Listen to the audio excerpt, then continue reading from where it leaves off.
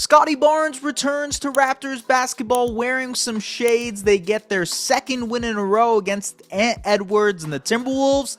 Let's go to the film room. With about 5:30 left in the game, the Wolves led by 3. Scottie Barnes subbed in and completely changed the complexion of the game, sparking a run leading to a Raptors win. And it started on the defensive end. Here he is being vocal as the backline helped, stopping this drive from Julius Randle before boxing out Rudy Gobert that leads to a rebound. They push in transition. Scottie attacks inside, finds Chris Boucher in the corner, who had been automatic last night from that area.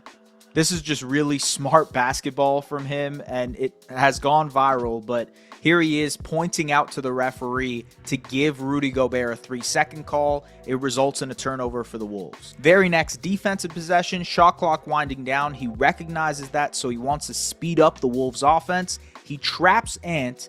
It forces the swing. He trusts his defense to rotate over and then is there to box out Rudy Gobert as well. Grabs the rebound. Raptors are out and running. Next defensive possession, stonewalls Julius Randle, contests the shot, and with Jakob's help, gets the turnover.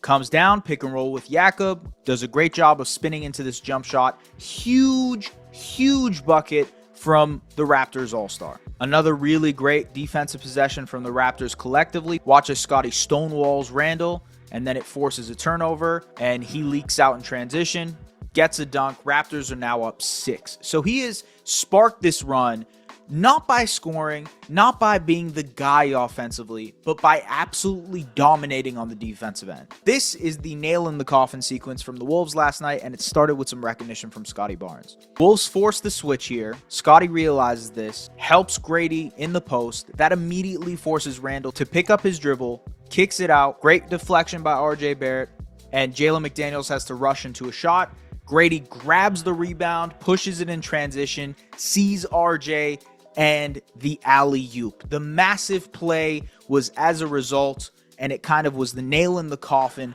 for the Timberwolves last night, and it was the signature play for the Raptors as they pulled off their second win in a row. But that whole run right there, from 5:30 left to, 2 minutes left in the fourth quarter, that was because of Scottie Barnes. They were down by 2, or they were down by 3 when Scottie entered the game. They ended up plus 11 in that fourth quarter when Scottie subbed on. That's impact right there, y'all. That is your all-star player coming in and saying, don't worry, I got this. And the unique thing about Scottie was that he wasn't necessarily doing it as a guy taking over offensively. We've seen him do that before, but tonight he decided that, hey, we got to get a stop. We got to get multiple stops. And so he forced the Wolves into really, really tough situations on multiple possessions. NBA teams use this term. It's called kills. And kills mean how many times you get a stop 3 times in a row. Scottie forced that twice in that fourth quarter, which is really, really special stuff defensively. And this is something that applied the entire game. It was sort of an uneven offensive game from him. He hit his shots. He hit his 3-point shots. Wasn't as aggressive, I guess, as you might expect, especially near the size of a Rudy Gobert. It still felt like he was being a little passive, and that's understandable as he's getting back into shape and as he's getting his legs under him and figuring out what he needs to do offensively in this new version of the Raptors. But his size defensively was something that popped immediately. And it's something that really changed the complexion of the Raptors' defense. It was like putting in that one final puzzle piece that made it all make sense on the defensive end. They had been doing so much scrambling on the perimeter, so much pressure, but without that backline help. And now with Scottie and Jakob there, there's just more assurance. There is more, it's a safety net, really, for the Raptors to rely on. So Davion can pressure Anthony Edwards, knowing that he can rely on Scottie in the back. Grady can rotate over and X out, and RJ Barrett can do the same, knowing that they can gamble a little bit more on the perimeter because Scottie is on the back line commandeering the defense. Jakob is doing the same as this backline protector. That is the impact of Scottie Barnes, the defense, the all-defense level player that he was last year for the Toronto Raptors. Great game. Great win, truthfully. I thought this was An ugly basketball game, a lot of fouls, a lot of stoppages, not a lot of rhythm to it. The courts were beautiful. In person, I suggest you guys go to one of these GOAT nights. Genuinely was like a beautiful court. Great jerseys, they look great in person, and the court itself was beautiful as well. Hopefully the Raptors adopt the purple and just stick with it because it genuinely was beautiful to look at. And we'll see. We'll see what they end up doing. But in terms of the game itself, it was ugly. And there wasn't really any momentum or pace created, and it was just kind of mucky the entire time. Anthony Edwards didn't have a good game. RJ Barrett had a great game. Scott and Chris Boucher stepped in off of the bench. With Scotty coming back in, they decided to bring Davion off of the bench as this sort of second unit ball handler, a guy to operate and be the lead guy off of the bench for them. And I thought it actually panned out really well. Davion played a good game. He was facilitating well. He was locking up Anthony Edwards. He was the guy who was at the point of attack trying to defend Ant. And I thought he played his role well as the backup point guard for this team, which is what he's expected to do this season. I know it was obviously supposed to be Emmanuel Quickley, and Ochai Agbaji got the start. Ochai had a struggle. I don't think Ochai had a great game, truthfully, but I think it's good to get him the nod because of the shooting ability, the defense, his ability to stretch the floor, some of the driving stuff that he does, some of the handoff stuff that he does. I'm not going to worry about one single bad game. I think that's just getting used to this new environment with Scotty Barnes. And speaking of getting used to the new environment with Scotty Barnes, RJ Barrett was incredible. Another 30-point game for him, scoring efficiently. I think he was 9 of 13 to finish the game tonight.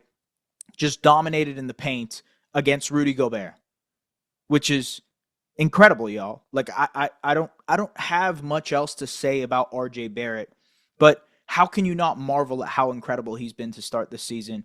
Doing a great job finishing in and around the rim. The efficiency will be better now with Scotty Barnes and the attention that he demands, kind of alleviating some of that scoring pressure off of RJ and just allowing him to cook.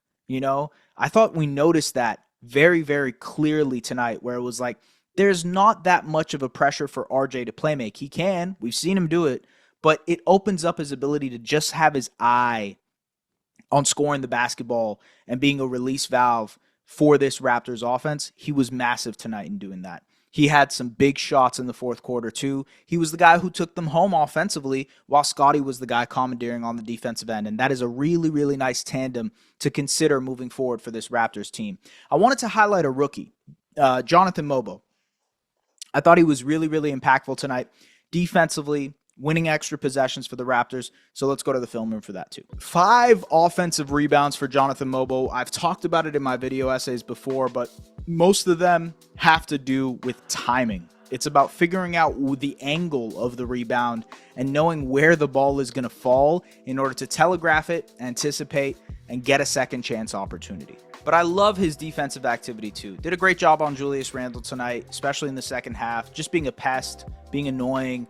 It forced this turnover here. Watches Scotty and Mogbo pressure Naz Reid. He picks up his dribble, throws it out of bounds. He caused this turnover as well. Great hands and drop. Uses that length to deter Dante DiVincenzo, and it forces a turnover. And I love this. So he gambles on this pass, understands it. Great rotation by RJ. Good X out by Jonathan Mogbo. He guides Nickeil Alexander-Walker to help, and then switches back to Randle for the box out. Just really, really, really smart basketball from Jonathan Mogbo. And the Raptors' 9-5 season starts tomorrow. And he's going to get opportunity there to fine-tune some of the other aspects of the game. He'll get some opportunity to be a ball handler and to make plays and to try and score the ball and work on his scoring ability. But he is really doing a great job of thriving in the liminal spaces of the court and just maximizing any opportunity he has, just being scrappy as hell. It reminds me of like Amir Johnson and like Reggie Evans and rookie year Pascal Siakam, where they just thrived off energy.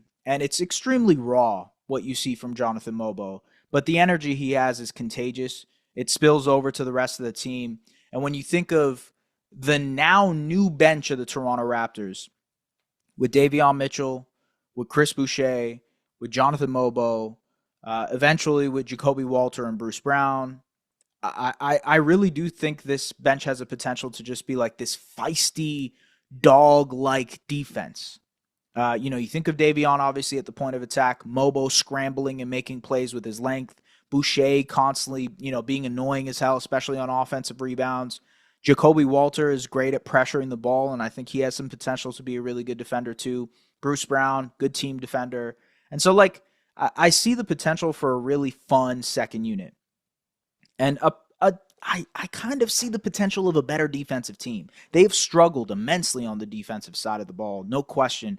But I do think tonight and their game against Indiana, admittedly against an injured Indiana team, kind of showed me promise of what this team could be on the defensive end. And with Scotty back in the lineup, it all makes sense now. That's the main thing that I would take away from this game. Scotty just makes things make sense for this team. He completes them, right? And I know they're not fully complete yet. They're missing Bruce Brown. They're missing Kelly Olynyk. They're missing, obviously, Emmanuel Quickley.